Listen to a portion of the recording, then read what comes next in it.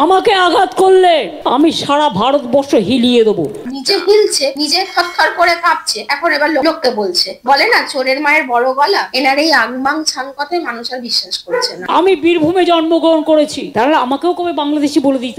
উনি একবার বলছেন আমি বীরভূমে জন্মেছি, একবার বলছে আমি টালির চালে খালে জন্মেছি, একবার বলছে এই ভাগ্য ভালো বলে দেয়নি যে গঙ্গার পদ্মার মাঝখানে আমি নৌকায় জন্মেছি। মা মাটি মানুষের সরকার তো আজকে হয়ে গেছে মা বোনেদের ইজ্জত লোটা সরকার। খুব ঘর ছাড়া করেছিলেন বিজেপি কর্মীদের। এবার আপনি এবার ভবানীপুর ছাড়া না হয়ে যান। ভবানীপুরে কিন্তু এমনিতেই 15,000 মাইনাসে বা লোকসভা নির্বাচনে আপনি ডুবে আছেন। এবারে আরো দেখবেন আমাদের বিজেপিতে দেখবেন যেই দাঁড়াবে না কেন 30,000 ভোটে আপনাকে পুরো লিখে রাখুন, 30,000 ভোটে ভবানীপুরে নিজের ঘরে নিজের ঘটিতেই আপনার ঘটি উল্টে যাবে। 2021-এ আপনার বাড়ির লোক কি এমন মাথায় ছুঁয়েছিল না, মাথা ফেটে আপনি হসপিটালে ভর্তি ছিলেন, আজ অব্দি প্রকাশ্যে বলতে পারলেন না, কারণ আমাকে নিজের ঘরের লোক। ভারতবর্ষকে নাড়াতে হবে না, ওনার নিজের পাটাই তো পাটাই তো থরথর থরথর করে কাঁপছে। ভারতবর্ষকে নাড়াতে হবে না, নিজের পাই তো ওনার আজকাল থরথর করে কাঁপছে। কারণ জানে তো গোয়াতে তো গেছিলেন, বাংলায় তখন লক্ষ্মী ভান্ডার 500 টাকা দিচ্ছিলেন, আর গোয়াতে বলেছিলেন 5,000 টাকা করে দেবো। আপনার হিলে ছিল গোয়াবাসী, এলাতে পারেননি। ইউপিতে গেছিলেন, হঠাৎ করে আপনি তিলক ঘাড়ি গেরুয়া বস্ত্র পরে নিয়েছিলেন, ইউপি থেকে তো কালো পতাকা দিয়ে গো ব্ল্যাক স্লোগান দিয়েছিল। বিহারেতে যার মাথায় আপনি হাত দিলেন সেই হেরে গেল বিজেপির কাছে। তারপরে উড়িষ্যাতে আজ অব্দি আপনি জগন্নাথ মন্দিরে পা দিতে পারলেন না। যেখানেই যাচ্ছেন সেখান থেকে তো আপনাকেই সরিয়ে দেওয়া হচ্ছে। আপনি নিজেই তো ভারতবর্ষের মাটিতে পা দিতে পারছেন না, আর আপনি তৎপরতাই আছেন যে আমি ভারতবর্ষকে হিলিয়ে দেবো। নিজে হিলছে, নিজে থরথর করে কাঁপছে, এখন এবার লোককে বলছে। বলে না চোরের মায়ের বড় গলা, সেই দেখছি বর্তমান রাজ্য সরকারের এই অবস্থা। অরুন্ধতী তিওয়ারি বিজেপির এবং পিয়া ঘোষ এবং রেখা পাত্রর একটি ছবিকে আপত্তিকর ভাবে বানিয়ে সেটা সোশ্যাল মিডিয়াতে ছাড়ছে। এর বিরুদ্ধে ব্যবস্থা অবশ্য নিয়েছেন, কিন্তু এই যে ডিজিটাল যোদ্ধা যাদেরকে বলা হয়েছিল তাদের তো কাজই মা মাটি মানুষের সরকার তো আজকে হয়ে গেছে মা বোনেদের ইজ্জত লোটা সরকার, তাই না? আর শুনুন, আপনি যাদেরকে করেছেন তাদেরকে ধমকে চমকে ঝমকে কিছু করানো যাবে না। আপনি আমারও করতে পারেন, আমাদের মতন যারা এরকম ফাটে মার্কা যাদের মুখ আছে তারা এরকম, তাদের কিছু যায় আসে না। তাহলে বাংলার নারীদের কথা বলি, যারা কিনা এই লক্ষ্মী ভান্ডারে, যারা আপনারা একদিকে লক্ষ্মী ভান্ডার দিচ্ছেন, লক্ষ্মী দেখছেন, তাহলে বাংলার লক্ষ্মীদের আজকে কোন জায়গায়? বাংলার লক্ষ্মীদের তাহলে আজকে ভেবে দেখুন যে কোন রাজ্যে বাস করছি আমরা, বাংলার মহিলাদের আজকে কোন জায়গায় আমরা দাঁড়িয়ে আছি। আজকে যাদেরকে করেছে তাদেরকে কিন্তু এই ধমকানি চমকানিতে আটকে রাখা যাবে না, তাদেরকে ধোয়াতে আগুনে আরো বাতাস দিচ্ছে, এরা কিন্তু আরো দাও দাও করে জ্বলবে। এদের আমাদের মতন বিজেপি কর্মীদেরকে দমন করা যাবে না, জল ছেটানো ফু দেওয়া যাবে না। কিন্তু বাংলার লক্ষ্মীদের কথা ভাবছি যে একবার ভেবে এই সরকারকে ভোটটা দেবেন। আজকে আমার, আজকে কালকে আপনার, আজকে আপনার বাড়ির মেয়ের, আজকে আপনার বাড়ির বোনেদের, তাদেরও কিন্তু ফটো কেন ভিডিও দেখবেন এআই তে দেবে। হ্যাঁ বলবে এই পার্টি অফিসে পাঠিয়ে দিবি তোর মাকে পিঠে বানানোর জন্য, পার্টি অফিসে পাঠিয়ে দিবি তোর 14 বছরের ওই বোনটাকে পিঠে বানানোর জন্য, 1 মাসও হয়নি বিয়ে করে এসে সদ্য বিবাহিত, তাকে বলবে তোর বউকে পাঠিয়ে দিবি পিঠে বানানোর জন্য। যদি না পাঠিয়ে দিবি তাহলে এআই দিয়ে ভিডিও করে দেব।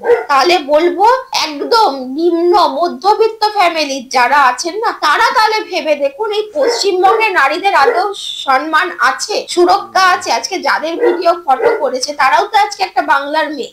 শুধু তো উনি বাংলার অগ্নিকন্যা তা তো নয়, একজন উনি অগ্নিকন্যা আর আমরা হলাম কি সব জমাদার নাকি? ওনার দুর্নীতিগুলো আমরা কি ঝাড় দিয়ে দিয়ে বের করবো নাকি? তাহলে ভেবে দেখুন সব, বঙ্গবাসীকে একটা কথাই বলবো যে ভোটটা দেবার আগে ভাববেন যে নারীদের সুরক্ষা, নারীদের ইজ্জতটা যে কোন জায়গায় আছে।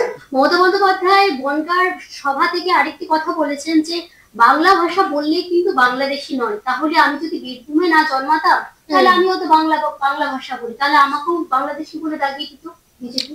উনি একবার বলছেন আমি বীরভূমে জন্মেছি, একবার বলছে আমি টালিচালে খালে জন্মেছি, একবার বলছে এই ভাগ্য ভালো বলে দেয়নি যে গঙ্গার পদ্মার মাঝখানে আমি নৌকায় জন্মেছি। কি বলবো, মানে এদের তো কোনো কথার ইয়ে নেই। তাহলে শুনুন, বাংলা তো আপনিও বলেন, বাংলা শেখ হাসিনাও বলেন, কিন্তু তাহলে সেটা আপনি প্রুভ করুন। বাংলা বললেই কে বলেছে বাংলাদেশি হয়েছে? তাহলে তো আমিও তো বাংলা বলি, আমি কি বাংলাদেশি হয়ে যায়? কিন্তু একটা কথা বলবো, বাংলাদেশি না হলেও পেটের জলটা মনে হয় আপনার ওই বাংলাদেশ থেকেই মনে হয় পড়েছিল, অন্নপ্রাশনের জলটা। না হলে ভারতে আর কোনো স্লোগান ছিল না, বাংলায় আর কোনো স্লোগান ছিল না, ওই বাংলাদেশের এই জয় বাংলা স্লোগানই আপনাদেরকে তুলতে হলো। আর পশ্চিমবঙ্গে কোনো স্লোগান ছিল না। কিছুদিন আগে আমরা দেখেছিলাম 15 আগস্টের সময় মনে করে যে বাংলার ওই জনগণ মন অধিকার সেটাকে উনি ধনধান্যে পুষ্পে ভরাবার, মানে অন্নপ্রাশনের আমার মনে হয় জন্মালে বীরভূম মনে হয় বাংলাদেশের ওই অন্নপ্রাশনের জলটা মনে হয় পড়েছিল। ওই জন্য সবসময় জয় বাংলা জয় বাংলা, বাংলাদেশিদের সবসময় অনুপ্রবেশদেরকে ঘরে ঢোকাচ্ছে, তাদের জন্য রেশন কার্ড বানিয়ে দিচ্ছে, ভোটার কার্ড বানিয়ে দিচ্ছে। পশ্চিমবঙ্গে জন্মালেও বাংলাদেশের মনটা ব্রেনটা সবই ওনার, সবকিছু ওই দেশের মতন। মানুষকে আশ্বস্ত করেছেন, বলেছেন আমি থাকতে কারো গায়ে হাত দিতে পারবো। আরে বাবা, আপনি থাকতে কেন?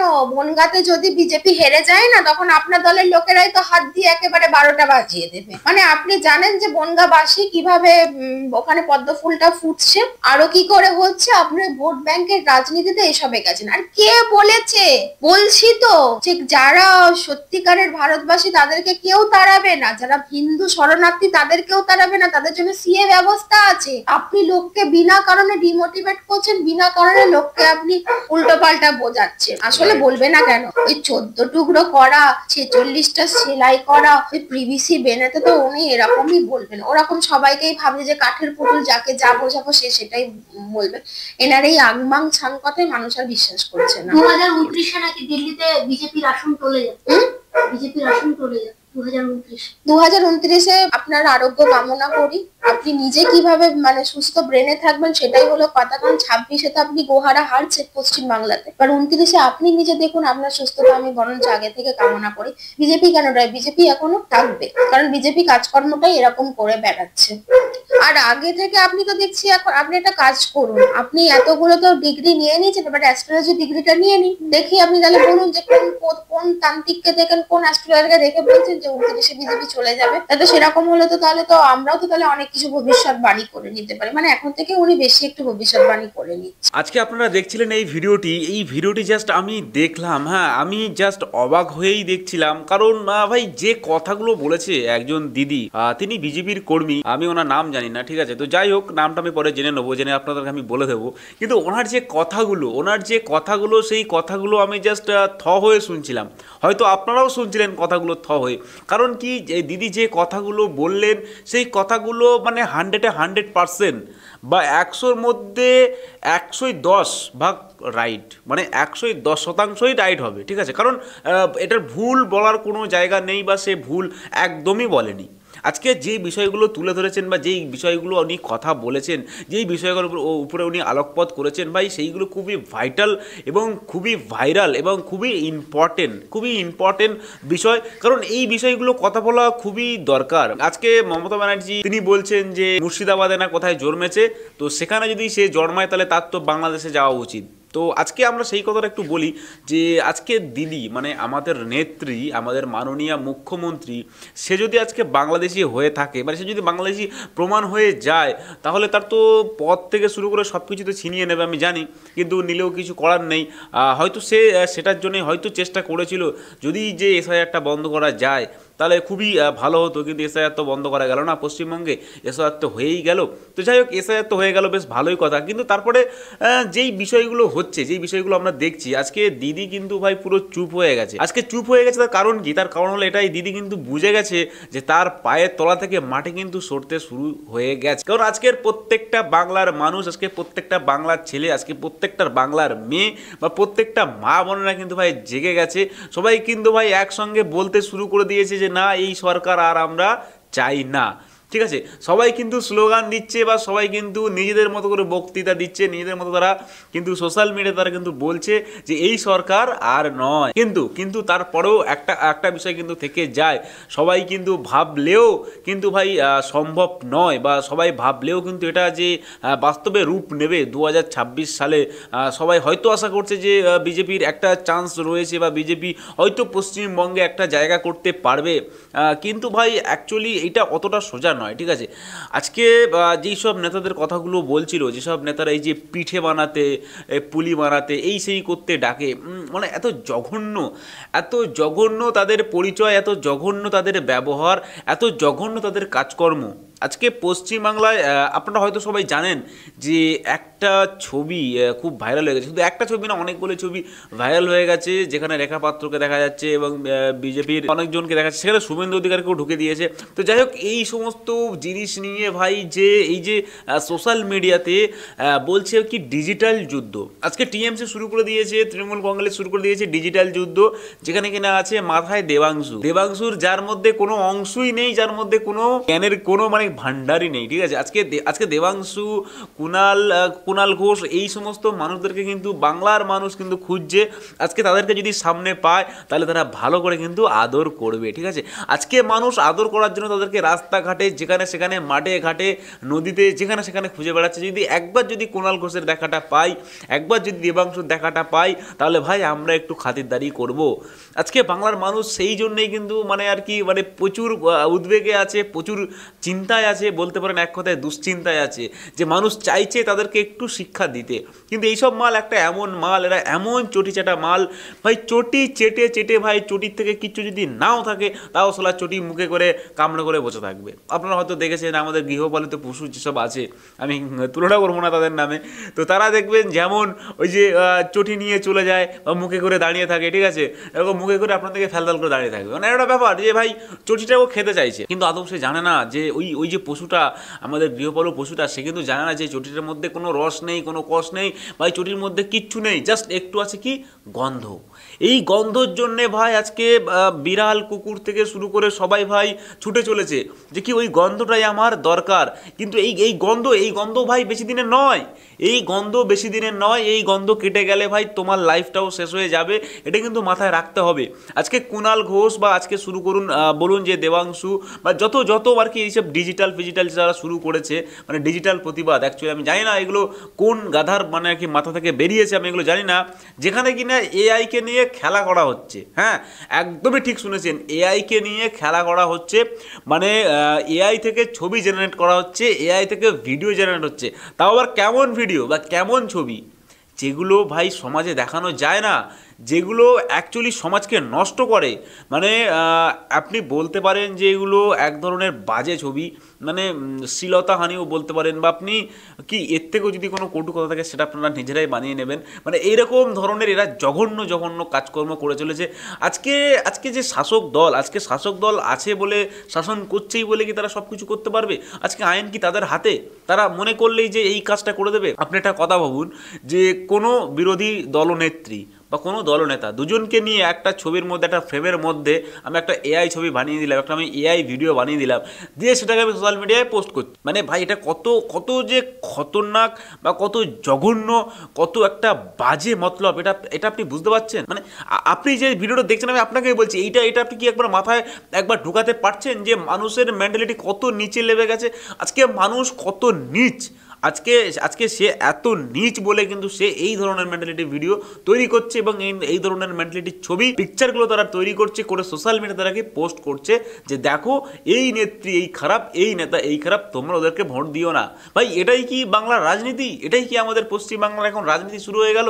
মানে সম্পর্ক নিয়ে, সম্মান নিয়ে যেখানে এইরকম ধরনের ছিনিমিনি খেলা হয়, আমার তো ভাই মনে হয় এদেরকে ভাই সামনে পেলে না জাস্ট দুটো করে, ভাই দুটো না 4টে 10টা যে কটাই পড়ো ভাই থাপড় দিয়ে দাও। ভাই থাপড় না দিলে হবে না, এদেরকে চট থাপড় না দিলে হবে না, কারণ এরা এই যে সমস্ত কাজকর্ম শুরু করেছে আগামী দিন আরো খারাপ কাজকর্ম করবে। আজকে বাংলার মানুষ চাইছে না ভাই তোমাকে, তুমি কেন ভাই জোর করে সেগুলো করছো? একটা ভালো কথা আপনি দেখুন, যদি বাংলায় ভালো করে ভোট হয় না, তাহলে আপনি দেখবেন শিওর 100% শিওর বিজেপির যেগুলো বলছে আমার তো মনে হয় সেইগুলোই হবে, কিন্তু আমি জানি না কতটা কি হবে, আর আমার জানার কোনো দরকারও নেই ভাই। আপনারাই পার্টি পলিটিক্স ভালো করে বুঝবেন, আর পার্টি পলিটিক্স নিয়ে আপনাদেরই চর্চা করা দরকার। আমার শুধু চর্চা করা দরকার হলো এটাই যে ভাই কোথায় কি ঘটছে এবং সেইগুলো আপনাদের সামনে তুলে ধরা এবং সেইগুলো নিয়ে কিছু বিস্তারিত কথাবার্তা বলা, কারণ আমিও একজন ভারতের নাগরিক, আমার যথেষ্ট বয়স হয়েছে এইসব বিষয়ে আলোকপাত করার, সেই জন্যই ভাই আমি একটু আলোকপাত করলাম। এবার আপনাদের ব্যাপার, আপনারা কি করবেন, কোন দলকে ভালোবাসবেন বা কোন দলকে আপনারা 2026 সালে আবার নির্বাচন করবেন, সেটা ভাই সম্পূর্ণ আপনাদের হাতে, আপনাদের হাতের মুঠোয় আপনারা দেবেন ছাপ, এই ভাই জিতবে। আর ভিডিও বাড়াবো না, এই ভিডিওটা যদি ভালো লাগে অবশ্যই লাইক করবেন এবং চ্যানেলটাকে ভাই সাবস্ক্রাইব করবেন। ভাই কি করছো, চ্যানেলটা সাবস্ক্রাইব করো, আর 1000 সাবস্ক্রাইব ভাই কমপ্লিট করে দাও, তারপরে দেখছি কি করা যায়, ঠিক আছে? তো আরও সুন্দর সুন্দর ভিডিও নিয়ে আসবো, আশা করি তোমাদেরকে আরও সুন্দর ভিডিও আমি দেখাতে পারবো ভাই, কিন্তু একটু প্লিজ সাবস্ক্রাইবটা ভাই বাটনটা চেপে দাও আর বেল আইকনটা অল করে দাও। তো চলুন দেখাবো একটা পরবর্তী ভিডিওতে, কোনো পরবর্তী পর্বে। ততক্ষণ সবাই ভালো থাকবেন, নিজেদের খেয়াল রাখবেন, আর অবশ্যই ভাই চিন্তা করে কিন্তু নিজের এই ছাপটা মানে ভোটটা কিন্তু দেবেন ভাই, ঠিক আছে? কারণ নিজের ভোট ভাই অমূল্য সম্পদ, যেটা আপনি একবার দিতে পারবেন 5 বছর পরে। ভাই 5 বছর চিন্তা করতে হবে একটা ভুলের জন্যে। যেমন কেউ ছেলে পুলে বলে না যে বিয়ে করার আগে ভাই চিন্তা ভাবনা করতে হয় যে সারা জন্মের ব্যাপার, এটা কিন্তু ভাই 5 বছরের ব্যাপার, ঠিক আছে? তো 5 বছর পরে আবার চিন্তা করতে পারবেন, কিন্তু ভাই 5 বছর হয়তো আপনি অনেকটাই বুড়ো হয়ে যাবেন, ঠিক আছে? চুল দাড়ি পেকে যাবে। তো চলুন দেখা হবে পরবর্তী ভিডিওতে। ভারত মাতা কি জয়।